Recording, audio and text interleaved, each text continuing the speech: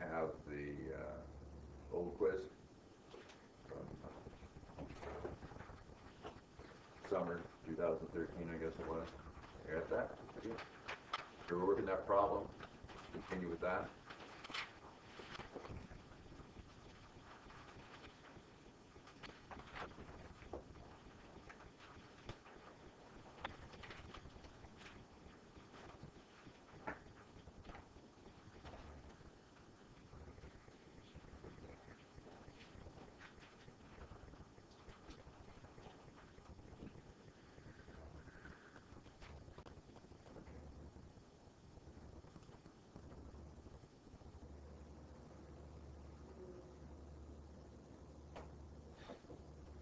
By the way, life is in some ways less frustrating when there weren't computers. All that nonsense. Okay, anyway. So we were working on number one there, right? We had beginning inventory. Let's get this back up here. 16 units at $9. How much was that again? 144. Okay, and then we have a sale one. Keep them in order. For perpetual, they need to be in order. For periodic, you don't care, right? For periodic, you pretend you bought everything before you sold anything anyway. So if I give you a periodic problem, don't worry about yours. Perpetual, you got to worry about it, okay? So that's taking away 12 units, right? Bring us down to 14. We don't know what those cost. That's what we're doing here, okay? It's going to be different depending on each of the different methods, right? Okay? And then purchase one we had was 18 units at 10, right? That's 180. Great. Okay, and then we have a sale, two, I guess, second sale, 19 units. We don't know what those cost. We're going to figure that out. By the way, that's going to be our journal entry in perpetual, right? What's the journal entry when you sell inventory? Cost of goods sold. Debit cost of goods sold and credit what? Inventory. Yeah, we're looking for the journal entry. Okay? Journal entries are different with periodic. But you're still coming up with the cost of goods sold, right? Okay, either way. All right, so then we have the second purchase. And there could be many of these, of course, lots of them. How much is that? 187. Okay, excellent. Okay, so if we want to do cost of goods sold schedule, again, I suggest that you track these, right, by units, either T accounts if you want for units, T accounts for dollars. You can do it this way if you want instead, beginning inventory plus your purchases gives you available. Okay, same deal as we did when we did periodic. Less the ending inventory is going to give me cost of goods sold, okay? Here we go. Do it in units. Do it in dollars. What do we know about the beginning inventory? How many units was it? 16, of course. How many dollars did it cost? 144. So we got it made, don't we? We're on our way. Okay, then what? How many purchases do they have? 18 plus 17 is how much?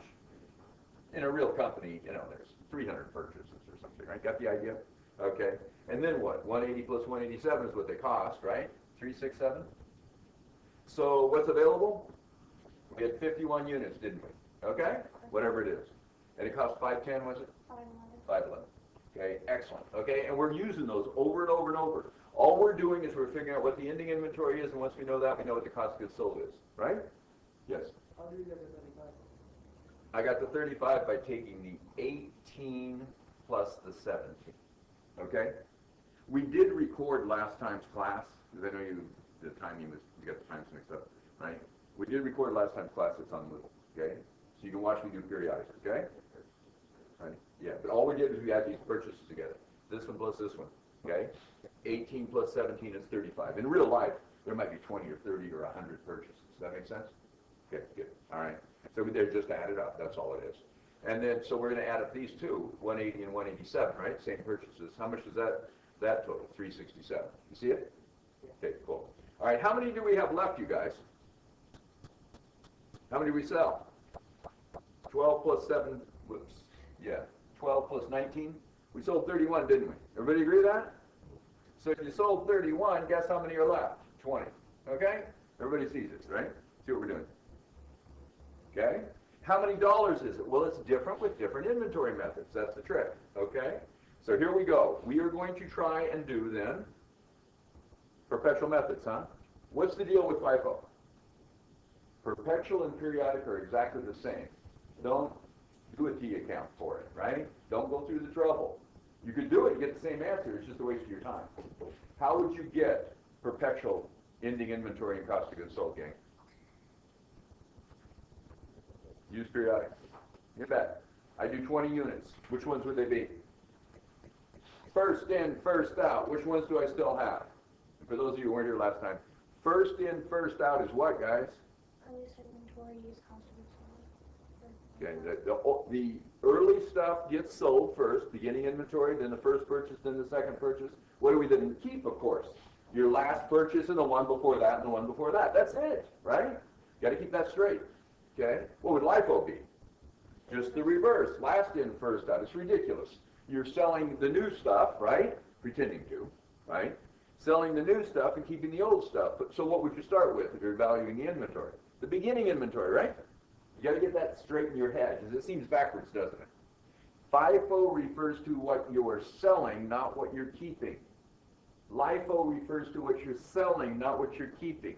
That's the most common mistake. People will flip those. They'll do them all perfect, and they'll all be wrong. Got it? Do them backwards. So remember what you're talking about here. Valuing the inventory is what you kept, not what you sold, right? Yes, sir. So likely better, like, for tax? For tax purposes, because what, if there's inflation, if prices are going up, if costs are going up, which over time on most things there is inflation, right? But it doesn't have to be on your particular product. You could have deflation, and the reverse would happen. But if costs are going up, what happens is your cost of goods sold is the more recent costs, so you have higher cost of goods sold, right? Than you would under FIFO, because it'd be the old cost. Does that make sense? If you have a higher cost of goods sold, what happens to your net income? Goes down. Sales are the same. What happens to your taxes? Goes down. You save taxes. Do you ever have to pay the taxes? Yes. When you deplete the inventory, get rid of it, right? Now you have to pay the tax because you're selling the cheap ones now. That makes sense? Or if you deplete the inventory or reduce your inventories or your inventory becomes obsolete or those types of things. That make sense? Okay, so yeah. All right. So let's do this. Well, we're going to start with, let's do LIFO first. This is going to be perpetual LIFO. We have a review session. When did we move it to? It was today. It's not going to be today. Is it Monday? It's Monday. We're going to do 2 hours, right? 2 to 4. Is that what it was? We're doing 2 hours on Monday, you gang. That's what it was? Whatever it was. It's on the syllabus there. Okay? So, no, it changed. It's not today. You know, it's not going to stick around cold. Hopefully Monday will be better. Huh? All right. Move to Antarctica here. There's no global warming. What's wrong with those people? Yeah, all right. Okay. And they have record temperatures on the West Coast, high, and no snow. They are going to run out of water. It's an ugly year all the way around. It's really horrible. Tell you what, on the West Coast, our food prices are going to go real high with California no water. Affects all of us, not just them. It's really ugly. So, oh well. And by the way, it can't rain enough out there to fill the reservoirs. It's got to be snow. Take a snowpack, then when it melts, fills up all the reservoirs, they can irrigate, right? We get food. Guess what? The reservoirs are empty when summer starts. Well, so we'll let people drink water before we do food. Get our food somewhere else, I guess, where they can have that. Well, maybe here. Maybe the Southeast will have a really good year for high food prices and make a lot of money. Yeah. That's part of business, by the way, believe it or not. Let's do perpetual LIFO. What do we do? Beginning inventory? What do we start with? Just simple. Just pick it up. What is it? 16 at 9, isn't it? Okay. We want to keep track of these. 16 units at $9. We already know what it is. That's the nice thing about calculating it to begin with, I think. I got $144 in inventory. Okay. Last in, first out. If I do a sale now, how much did they cost? $9. That's all I got, right? What if I do a purchase first? Then when I do a sale following the purchase, guess what? I sell the most recent ones, right? I sell that purchase before I go back to this beginning inventory. Everybody got it? So can I set up a problem where instead of having a sale first, I have a purchase first, of course, right? Okay, so you know what you're doing here, right? It's really pretty simple once you understand what's going on. So what's sale 1 going to be? We're going to calculate our cost of goods sold here. What's it going to be? How many units did we sell in sale 1? 12 units. Guess what they cost? What's the cost of the ones I have? $9. That's it. No kidding. So what's 12 times 9? 1. No. 108. 108, didn't it? Yeah. Okay. Got 118. Didn't sound quite right, but yeah. Okay. That sound good? It was 108, didn't it? Okay. So now what do I have left? Oh, by the way, what's the journal entry for that? I'm crediting inventory. This is LIFO inventory we're doing here, you guys. Debit cost of goods sold, credit inventory. We got it, right? You know what your cost of goods sold is for those. That's it. That's what we do. Every single sale, right? Millions of them in a year in a company. That's what they do. Okay? All right. So then what happens next?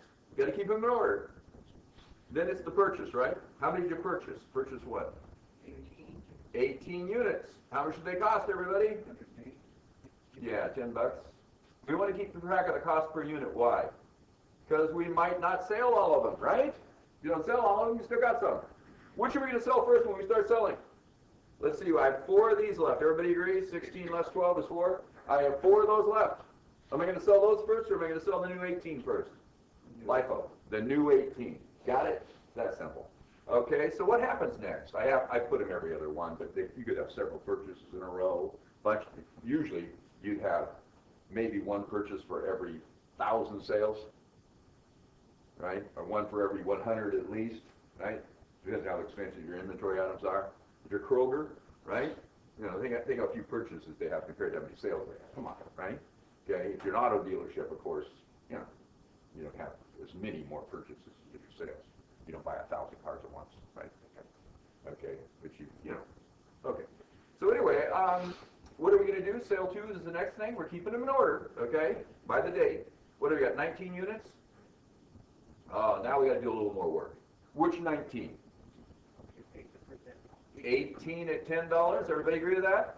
That's 180. That's this 18 right here. And then what are we going to do? One from the first. We're going to take one from the first one. And it's going to be one at $9. So what is that? 189? Everybody agree? Okay, so where are we going to be now? Actually, I probably should have drawn a line here and showed the total, huh? Actually, I should have done it after the first one, and then after the second one. We'll do it at this point, that's okay. I had 16 less 12 made 14, made 4, right guys? Right. Then I bought 18, made 22, take away 19. How many do I have left now?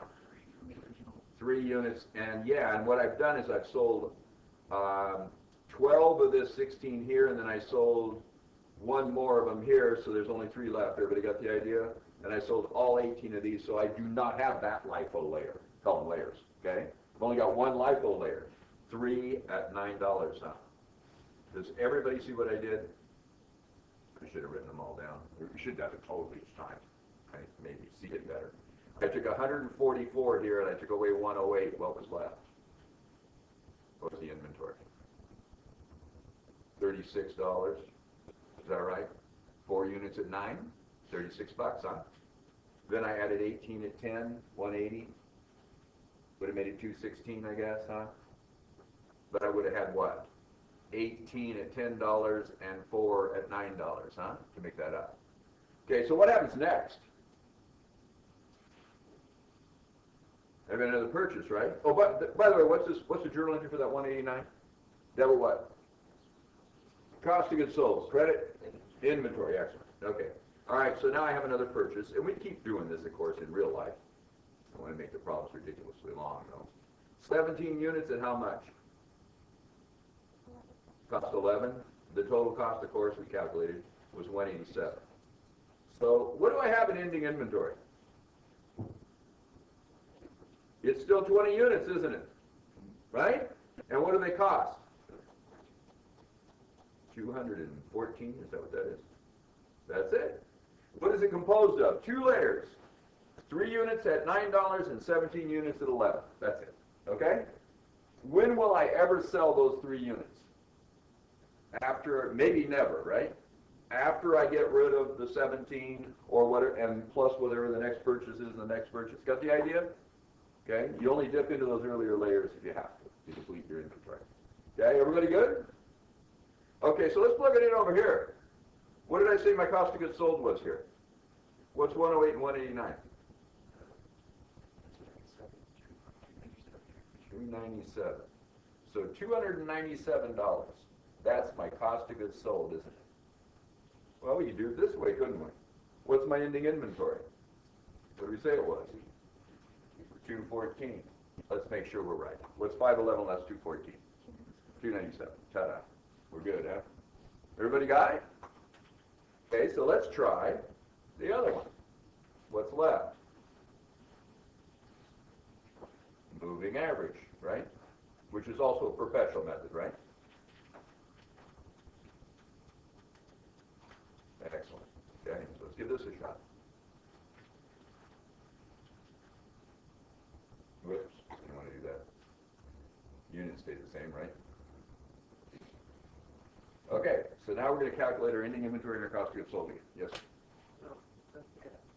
Are we using the LIFO or the FIFO? This one's LIFO. The one we just did was LIFO. Now, FIFO is exactly the same as periodic FIFO, so you don't have to do a T account for that. So this was LIFO, okay? And this one's moving average. And what about that one there? This one's nothing right now. Also, that is, Oh, what I had up there, I just plugged these numbers in, the 214 and the 297.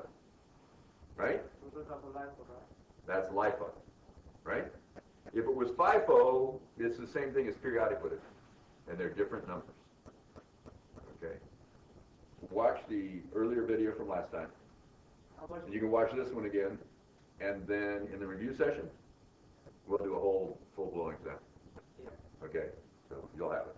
Okay? Yeah. It's really a pain to miss class, I know. So he didn't do it on purpose either. He did it because we have poor communication about it. Yeah. Did you guys know if school started at 10 o'clock today or not at all? Or did they send you anything? No, I saw a thing on TV that said we started at 10 o'clock today. And they started at 8, didn't they? Yeah, way to go, Bella. It's fantastic. Yeah, they sent out they didn't send it out on the phone, right? And the messages are on the web. They just put it on TV. Crazy. Yeah, just crazy. So anyways, it's better than it used to be, because you know what we do now? We do whatever U of L does, which makes so much more sense. And it's all doing the same thing. Oh, yesterday, University of Louisville delayed, then we canceled, and they didn't cancel. Really? Yeah. Well, we're supposed to be doing whatever they do. That's hilarious.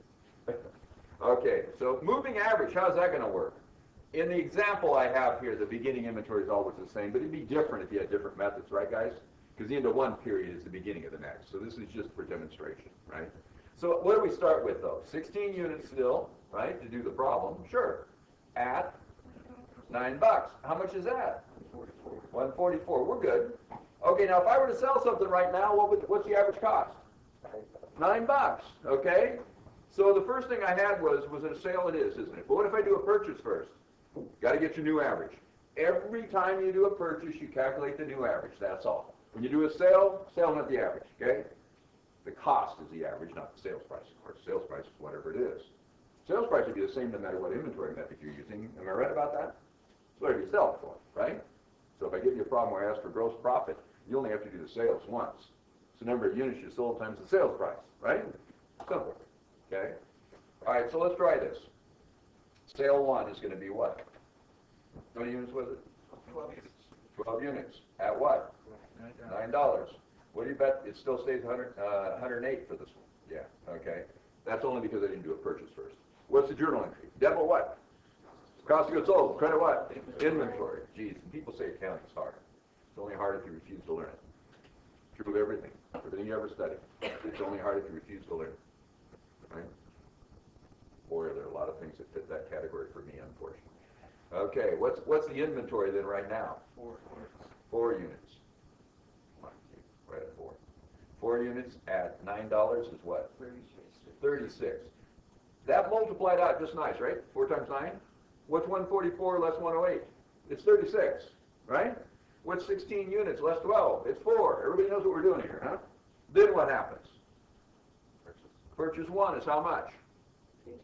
18. 19 units. How much do they cost? $10. Hard to believe they pay you well to know how to do this stuff. Crazy. Okay, $180, right?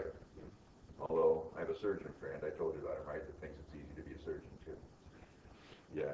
Okay. Pay him really well. Okay, what's the deal? 22 units. Right? What do they cost? What do I need to do? If I'm going to have a sale at some point, I have to have an average. So I compute the average every time. Got it? That's the trick. That's all you got to know. What's the average in here? What's 216 divided by 22? $9.82. And what I would do is I'd leave that in my calculator. Might work better, huh? It's $9.82, guys. You got it? This is easy, with a whole bunch of decimals probably. Okay, it's $9.82. So when I sell some, what do they cost if I sell some now? $9.82 on average. That's it. What if I do another purchase? Calculate another average, right? Because your average will change every time you have a purchase, right? So this is pretty easy, I think. Okay, so what do? We got a sale next, okay? So sale 2, I guess. How many units? 19 units. What do you think they cost on average? $9.82. This is great, isn't it? Okay? Can you see how this quiz might, on this inventory stuff might be kind of all or nothing on a problem like this? Yeah. You either got it or you don't. Don't flip LIFO and FIFO. I hate it when people know what they're doing and then make that mistake, right? Because students say, I have them all right. And no, you don't.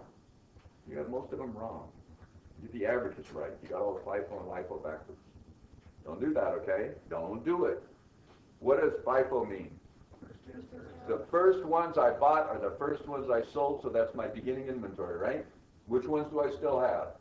Last ones I bought. Periodic and perpetual both work that way, huh? Okay? What about LIFO? Last in, first out. I sold the last ones I bought, right? And I kept the stuff I had earlier. And that's true for both perpetual and periodic. They just get different numbers, right? Average is somewhere in between on both of them, okay? Yes? If you're looking at the purchases when you do that, right? Basically, like... Yes, it's when you purchased it. It's when you purchased it. For how old it is, right? Whether it's new or old. That's it. It's the whole trick, okay? It's not a trick, I guess. What's 19 times 982 anyway?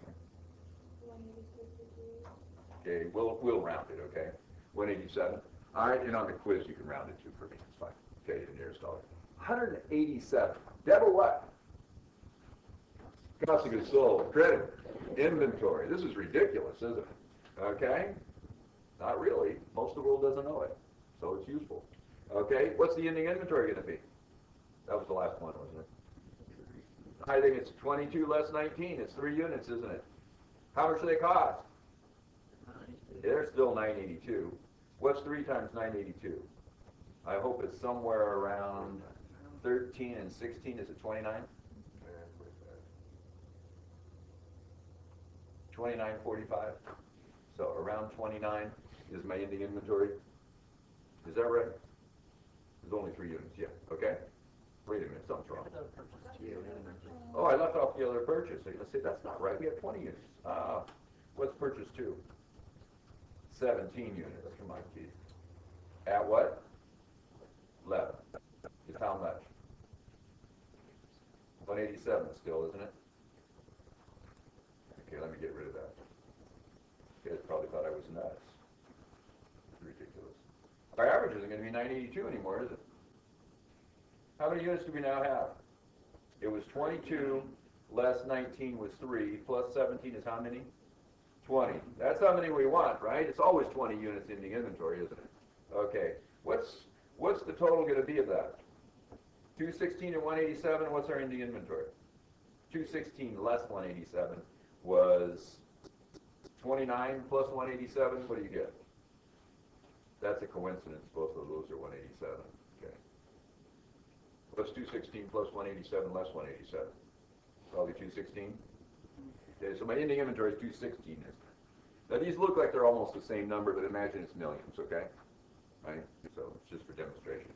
Okay, so what's the average if I was going to do a sale now? 1040.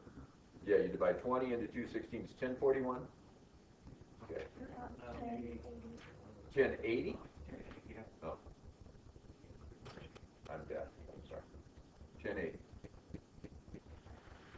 All right, gang. And we could keep right on going, couldn't we? And I won't give you a great big long problem with for it. What's my total cost of goods sold? It's 108 and 187, isn't it? How much was that? 296, is it? Yeah. Okay, so cost of goods sold is 296. And how much was ending inventory? 216. What's 511? Whoops, less 296. Our rounding did us in. Okay, so it's got to be, one of them's 215. Yeah. Rounding, guys. Okay. But you got the idea? Not by about. This is easy, isn't it? So we're done with inventory? Not really, but we'll do more in the review, okay? Let's get started on depreciation a little bit. Okay. Let's see. And then we've got a day to cover both of these chapters on Monday. Hopefully everybody can be here by then. So it'll work good. I hope it works good. Okay. I appreciate you guys taking the time to come to the review sessions. I always do, but it's a semester we're missing class. It's really important. So, or watch the videos. Glad we're doing videos. Let's do some depreciation, okay? Let's say we buy a piece of equipment, okay?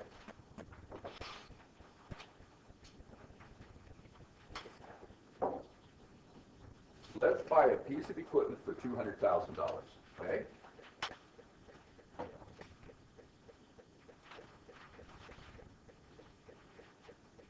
And let's say at the end of its life, it's going to have a salvage value or residual value, what we're going to sell it for at the end, of $20,000, okay? How much do you want to depreciate over its life? What's its depreciable value, in other words? 180, okay? Everybody understands what I'm talking about here, right? I am going to use this asset up over its life, and I am going to expense it over its life, because the reason I bought it is to use it to generate revenues, and one of the costs of generating the revenues is the use of this asset, which is called depreciation expense. And I'm not going to reduce equipment by the amount of the depreciation expense every year, because the equipment's not really going away. It's still there, right? What I'm going to do instead is I'm going to create a what? Contra account named accumulated depreciation. I'm going to gradually increase that to reflect the portion of this asset I used. You guys are incredible. This is really cool. Usually, spring is just god-awful to teach principles of accounting. Because you know what happens? All the accounting majors either come in the summer when we have a scholarship class, or they come in the fall if they didn't do the scholarship class, right? And then we get all you business majors and other majors in the spring, and it's usually just crap. You guys are, there's almost no accounting majors in here. How many accounting majors? Anybody? One. You guys are really something. I'm impressed. It's fantastic. You're showing up, you're paying attention, you're studying. You don't always look happy, but neither do the accounting majors, don't worry. Right? I mean, we're in school here, we're working, it's all right. When you go to work, try to look happy most of the time, right? Actually, until you really know what you're doing, and then nobody cares. You go as miserable as you want, as long as you generate a lot of revenues, right? Yeah, but until you know what you're doing, look happy, because you're kind of worthless, right? So, but congratulations. I mean, it's amazing. This might be the best spring class I've ever had. This is fantastic. Yeah, you guys show up. Snow on the ground, under zero. It is impressive, isn't it? Bellarmine is a neat school, really. It's cool. We get good people. You're not smarter than anybody else. You just work harder, right? Don't ever think you're smarter than somebody else. That's a horrible trait. Okay, anyway. So let's put a life on this. Let's say it's life. Let's do 5 years, okay? Okay. And what I want to do now is depreciate this, and we'll assume we bought it the first day of the year. In real life, of course, you could buy it different days. But if you did, you just take a portion of the year, the first year, and then you add a year at the end and take whatever portion you didn't get in the first year. It's not a very big deal. Okay, anyway, so what methods do we want to use? Let's try straight line first, huh? Try straight line? Do we already know how to do it? So when I depreciate, and here's the biggest thing to remember. When you depreciate with these different methods, you have to decide whether you are going to depreciate the 180,000, start using that, or you're going to use the 200. Now we're always only going to depreciate 180,000. But with straight line, some of the year's digits, which I'm going to show you, and units of production, I'm going to depreciate 100% of what I'm depreciating. So which one do you want to use if you're going to use 100% of it? This one, okay? You better take the 20 out first. With the declining balance methods, that's the only one. I'm using declining balance, double declining balance, or 175% declining balance, double would be 200%, right? Or 150% declining balance or something, right? There are different ones. If I'm going to use a declining balance method, I'm always taking a portion of what I have not depreciated yet. And I just keep doing it until I get down to the salvage value. So what do you think you'd want to use if you're doing that? You've got to use this one. That's the big mistake people make with this, okay? Okay, so let's do straight line. What would you do in years 1, 2, 3, 4, and 5? I'd like you to tell me what is the depreciation expense, and then what will happen to accumulated depreciation over time, and therefore, what will happen to the book value over time, okay? Let's try that. So I got depreciation expense, accumulated depreciation, and what's the book value? When I start, what's the book value? What do I mean? That is equipment less accumulated depreciation is the book value, net carrying value of it, okay? So here's the deal. What do I start with in accumulated depreciation? 0. What do I start with in equipment? 200. What's the book value? 200 at the beginning, okay? So here we go. Let's do our journal entries. You guys know it's going to be debit depreciation expense and credit accumulated depreciation. Oh, by the way, every year, that's the journal entry no matter what, right? Everybody agree? Or monthly if you're doing monthly statements, or quarterly if you're doing quarterly, right? It's always the same debit and credit. It's just different dollar amounts. It's just like the inventory was. It's always debit cost of goods sold and credit inventory. It just might be different amounts, right? You guys good with that? You're doing perpetual inventory? With allowance for doubtful accounts, what is it? It's always debit bad debt expense, credit allowance for doubtful accounts, right? It might be for different amounts with different estimates. That's all, right? So don't mess with that stuff. Don't make it harder than it is.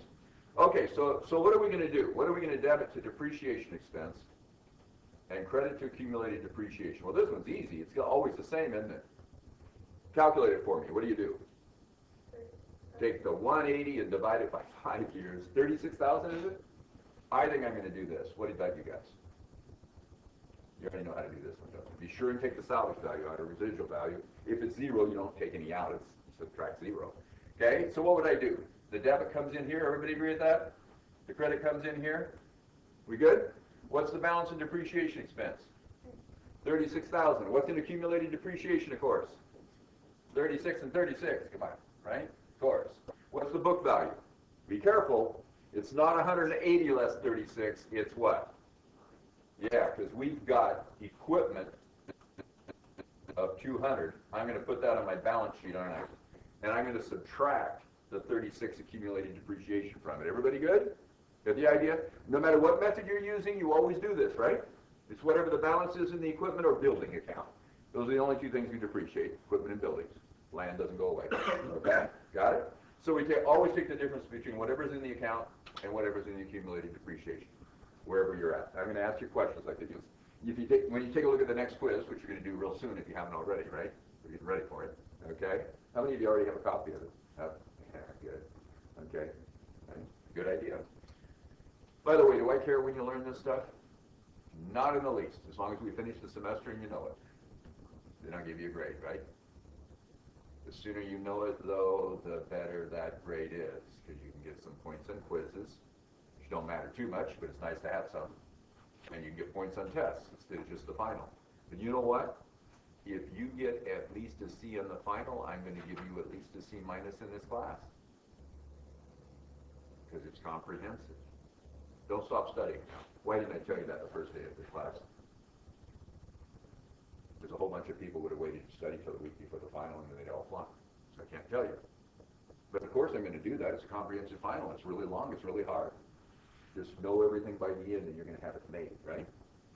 So if there's anybody sitting there, which there probably is, that's got a D right now and you're really stressed about this class, quit stressing about it and work harder. Take that stress time and put it into work. Okay, I won't give you an A. You get an A on the final.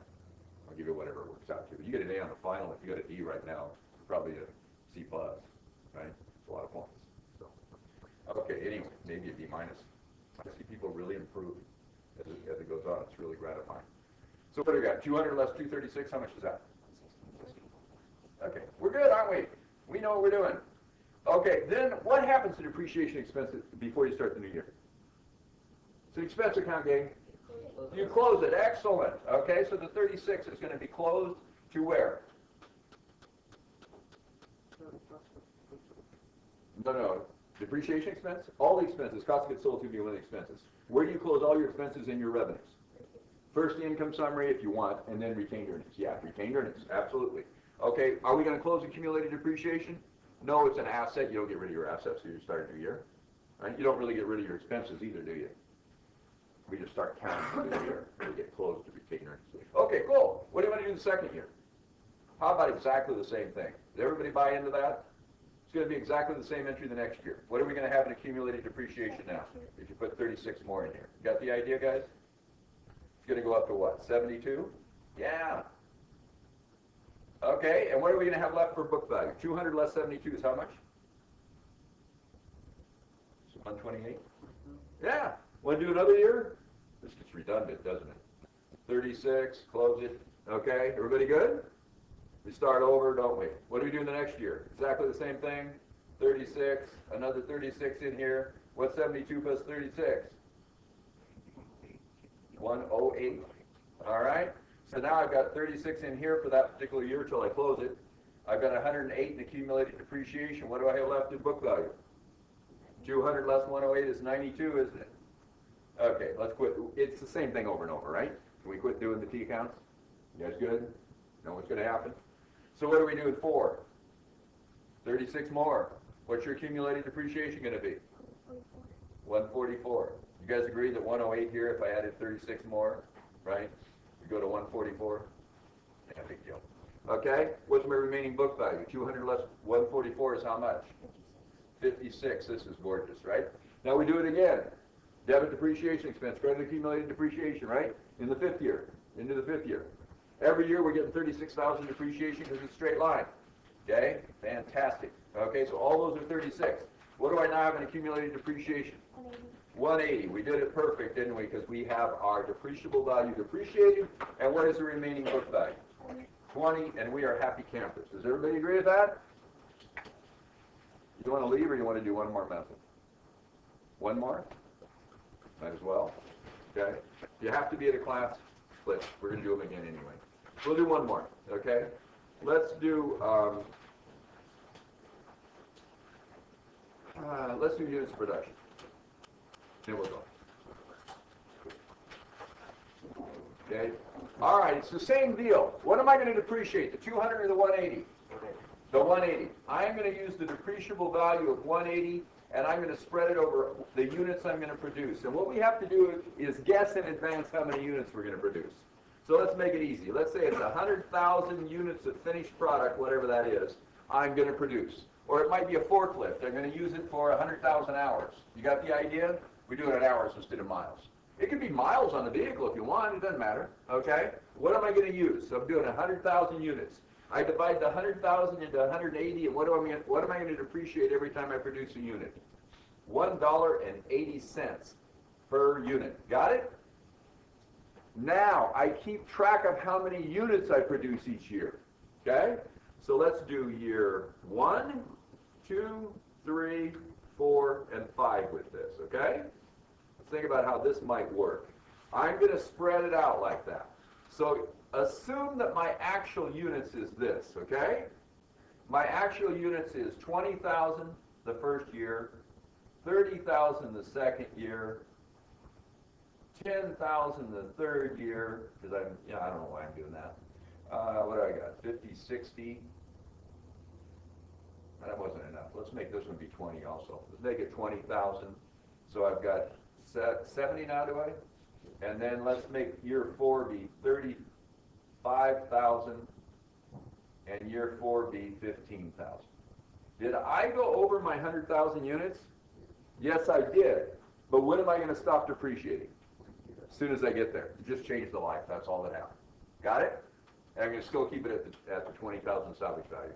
Unless I want to change the salvage value. You read in the chapter, we can do that. So we'll look at how to handle that. Okay, so what would my depreciation expense be? I want depreciation expense, which will be the debit to depreciation expense, right?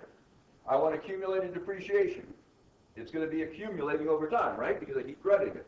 And then what's my book value? Could you do this, guys? What do you take the 20,000 times? 180. What's 20,000 times $1.80? Debit depreciation expense, that's a coincidence. I didn't do that on purpose. Debit depreciation, same as straight line. Debit is 1/5, that's why. Debit depreciation expense, credit accumulated depreciation. What's the remaining book value? 200 less 36 was how much? 164. Are we good, guys? Okay, let's keep going. 30,000 the next one. Times $1.80, what's that? 48,000?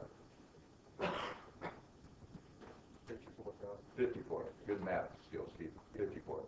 1.5 times 36 is what I was trying to do. 18 and 36 is 54, yeah. Debit depreciation expense, credit accumulated depreciation. How much would you have in accumulated depreciation now, guys? 90. 90. Look how fast you guys are getting so you can think. I love it. It's just great. Okay, just thinking analytical, you can always think. You just think faster analytically now. So what's 90 away from the 200?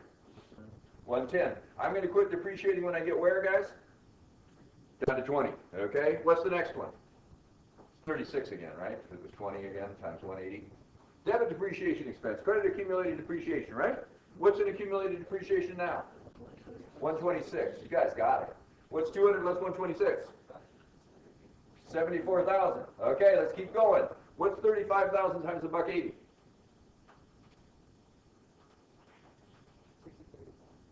63,000.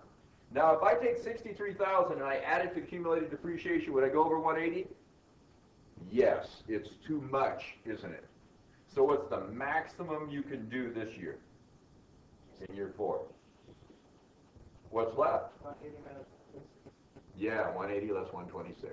You got it. What's that? 44, 54. It could only be 54,000. That's the max I can do. Debit depreciation expense, credit accumulated depreciation, right? And then what do I have in here? 180, and what's my remaining book value? 20, and we're in good shape, aren't we? And what do I have for year 5 with that 15,000? Nothing, right? And it'll just stay the 180. So I'm getting free use of the piece of equipment after I fully depreciate it. What happened is I guessed too few units I was going to be able to produce, right? I depreciated it too much in the early years. But you can change your depreciation as you go along. Salvage value and how long it's going to last if you want. See you guys. Thanks for showing up today. Did you guys walk down or take the van? Was it bad walking?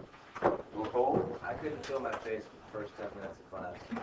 Take the van back, you guys. Yeah. Take the van back. Yeah.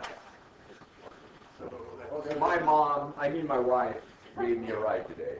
Yeah. I didn't bring the Miata because I'd have to park in the R lot. There's no way to walk to the R lot. It's pretty clear. You don't have to do that. Park in front of the spot. Okay. You'd be surprised what you can with the Miata. My first roommate right out of college was a teenager, and that was the first car that he Is that right? I bought this for my wife. There's a picture of it on the wall. I put this back in the house. It's a picture on the refrigerator. Right now it's For 2 years. And I finally gave it and bought her one because she was going to look cute in it. She does look cute in it. right. Although she never gets in it anymore. That's what they You don't drive want the to ball. look cute in the I look cute in it. Yeah, I look cute. I love it. That's a great car. I've never had that good a car before. I'm mechanically that good. No, it's not here. The top comes off. Yeah. Straight line. Yes, it was. Just like we did earlier in the class, right? Same stuff. You want to go check this today?